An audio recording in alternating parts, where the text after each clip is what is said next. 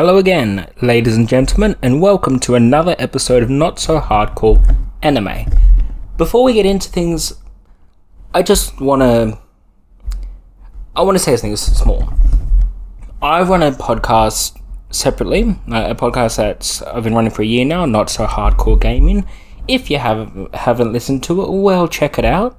I think you'll love it.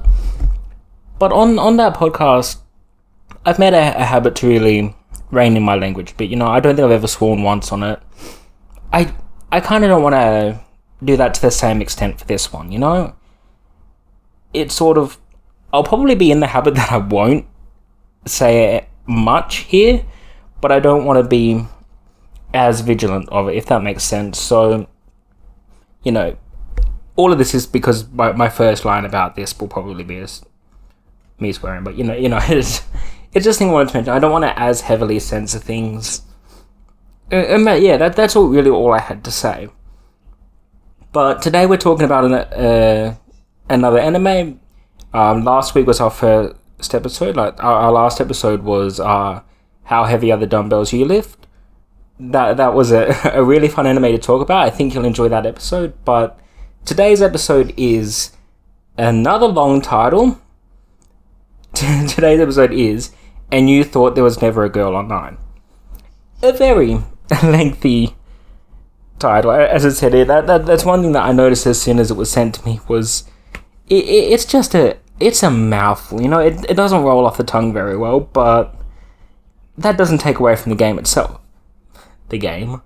Sorry, I'm in game mode at the moment, but it doesn't take away from the anime itself. It's just something I've noticed. For this episode, I wanted to come with a lot of energy, so your boys hopped up on energy drinks and been listening to metal for the last 15 minutes. So hopefully the energy will be there. But let's start. So going into this, a friend from my other podcast, he's given me quite a few recommendations for anime, and this was one that he suggested. And I looked at the bio and I thought to myself, sounds interesting. And going into it, within 30 seconds, I was like, oh, this is fucking weird. And I love it. It was one of those shows that just... It's just so strange. It's that sort of... I love strange, right? I'm a weird guy.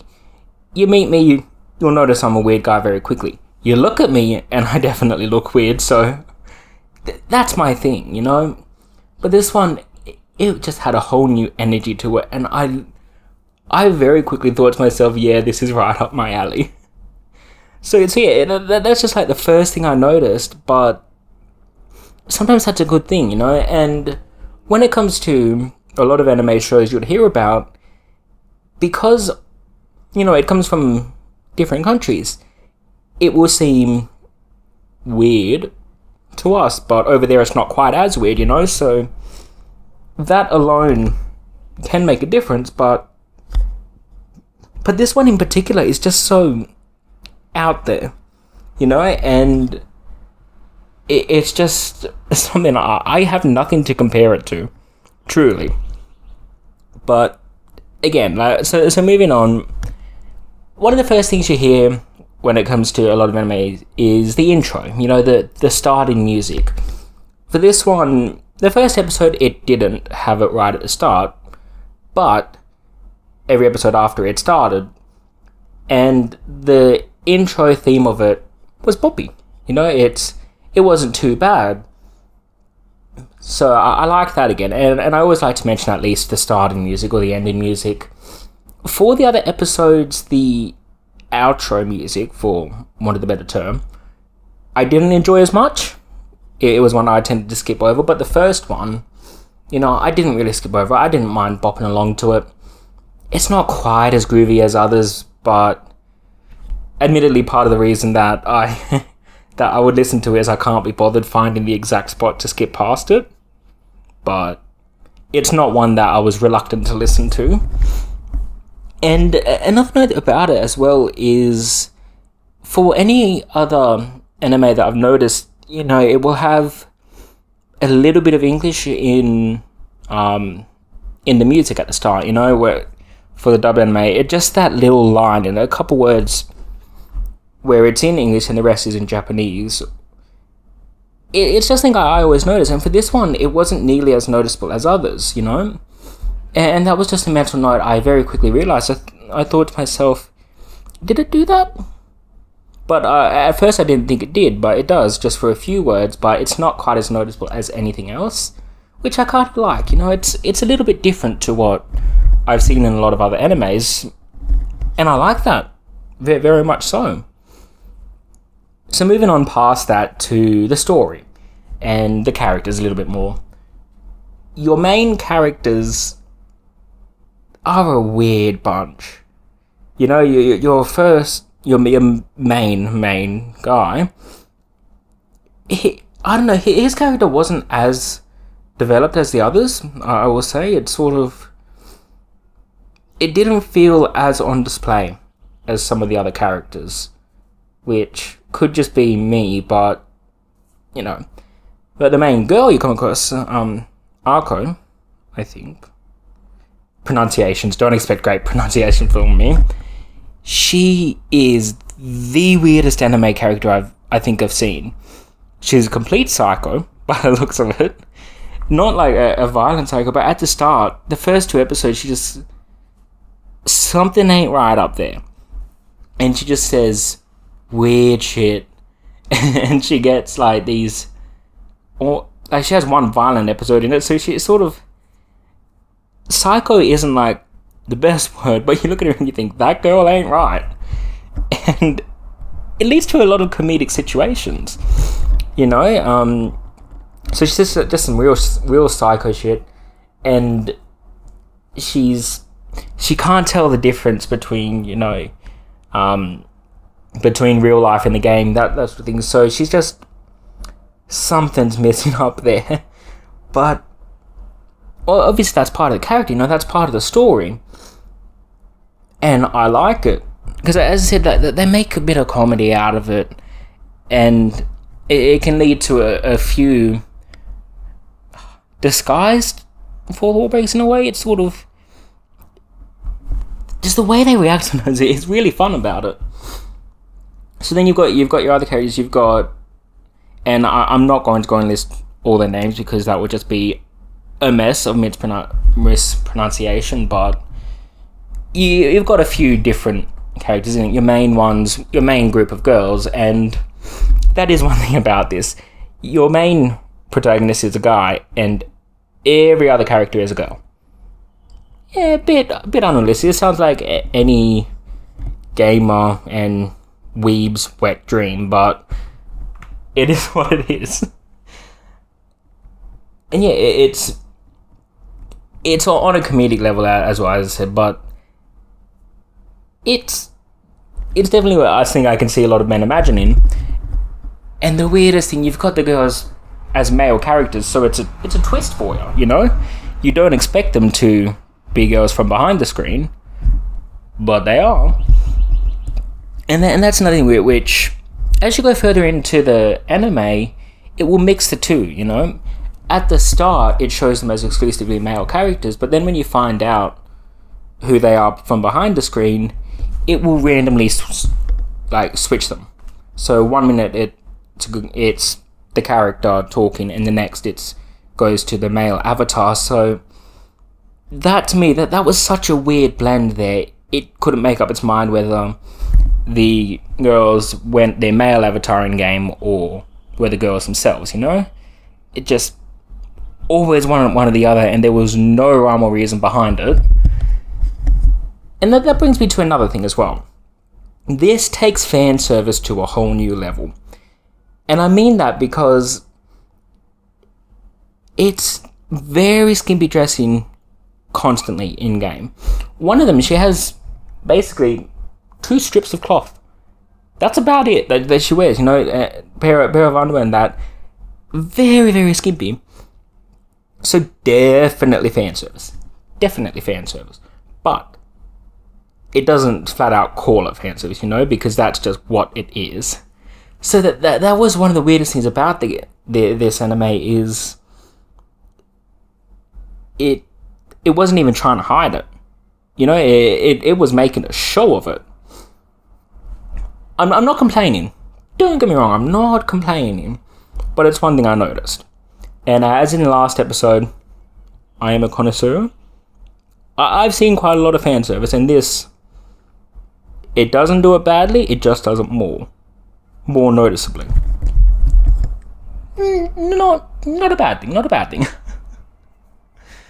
Yeah, so as I said, that's one of the most notable things about it, is that it's constant.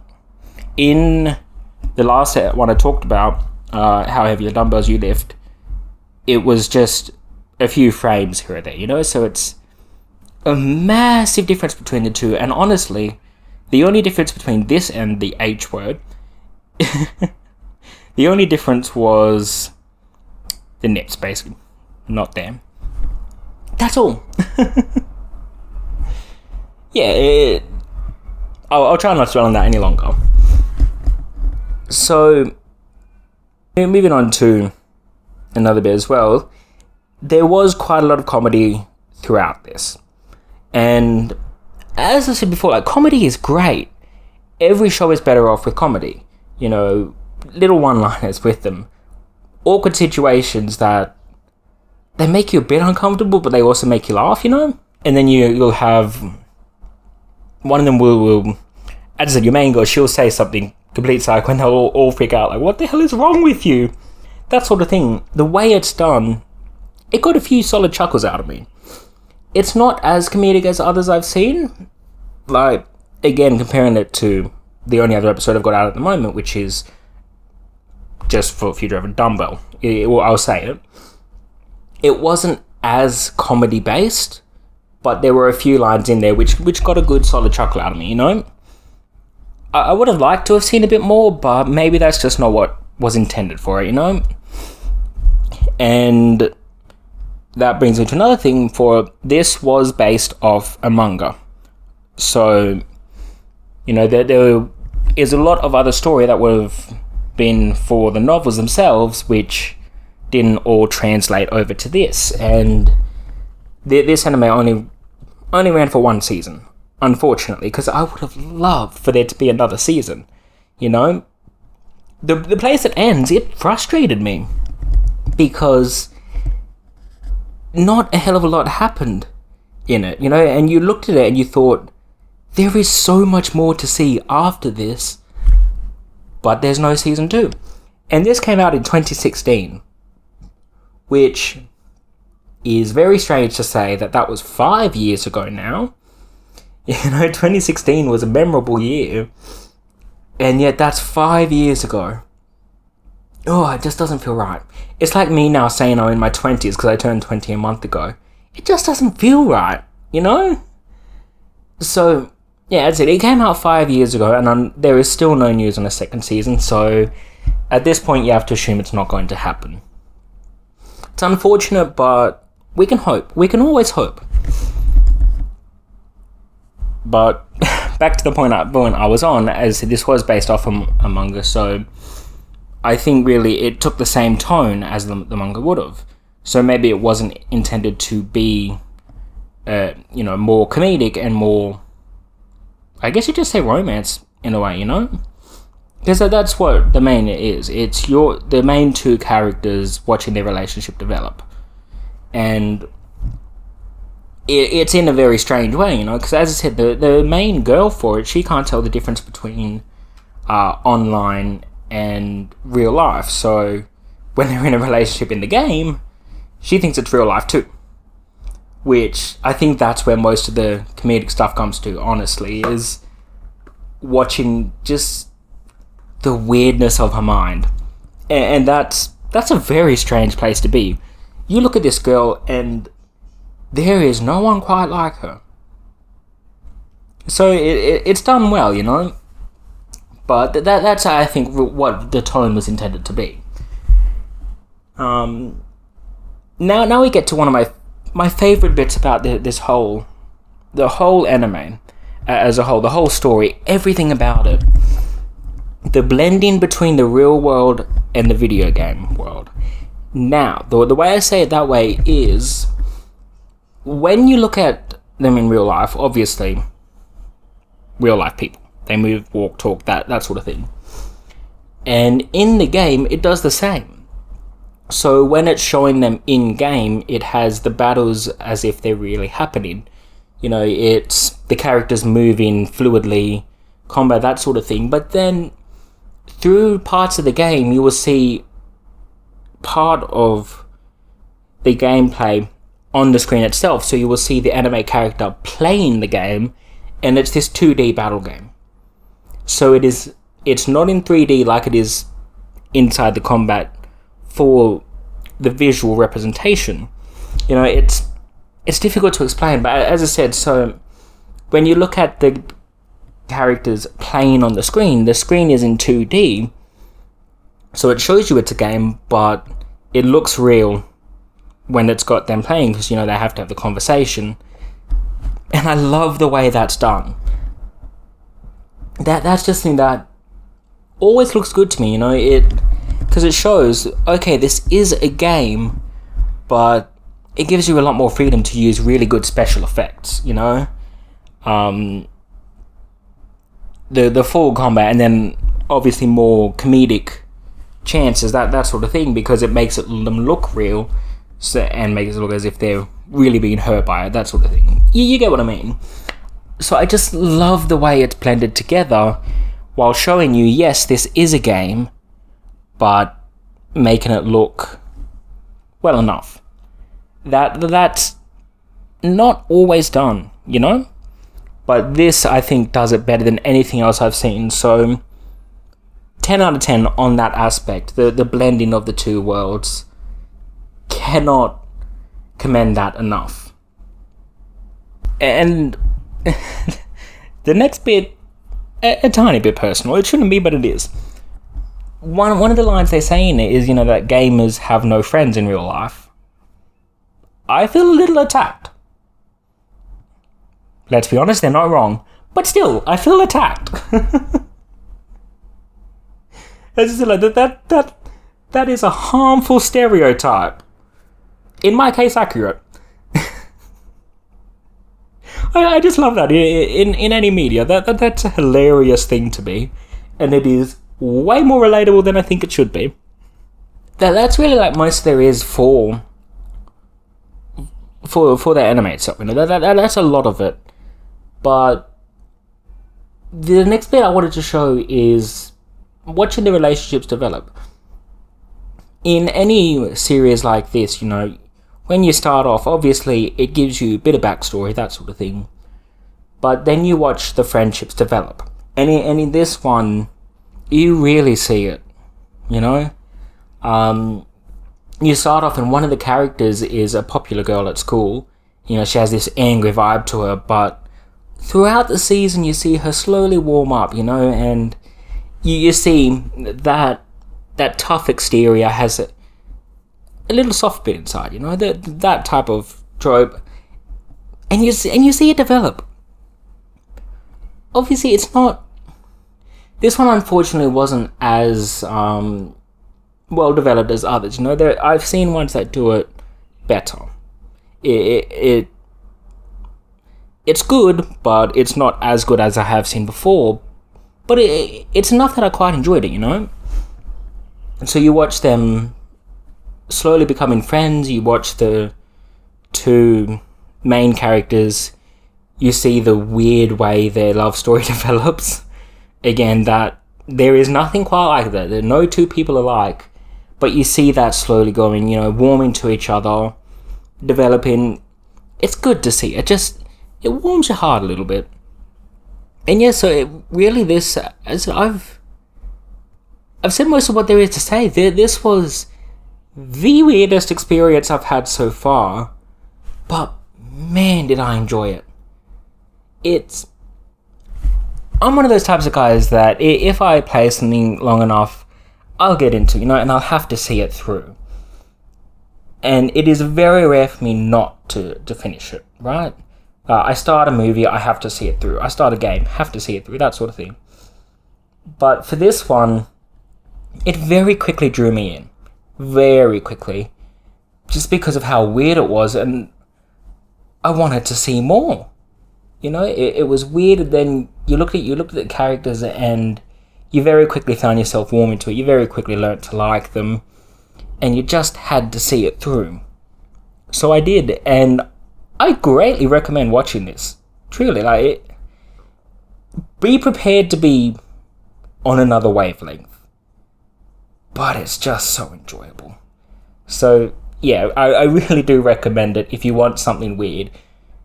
Even if you don't want something weird, check it out, because you'll warm to it. I think you'll definitely warm to it very quickly. And that's about it. That's all there is to say for this week. And I will see you in the next episode, where I'll be talking about Demon Slayer. So I'll see you there. Bye bye.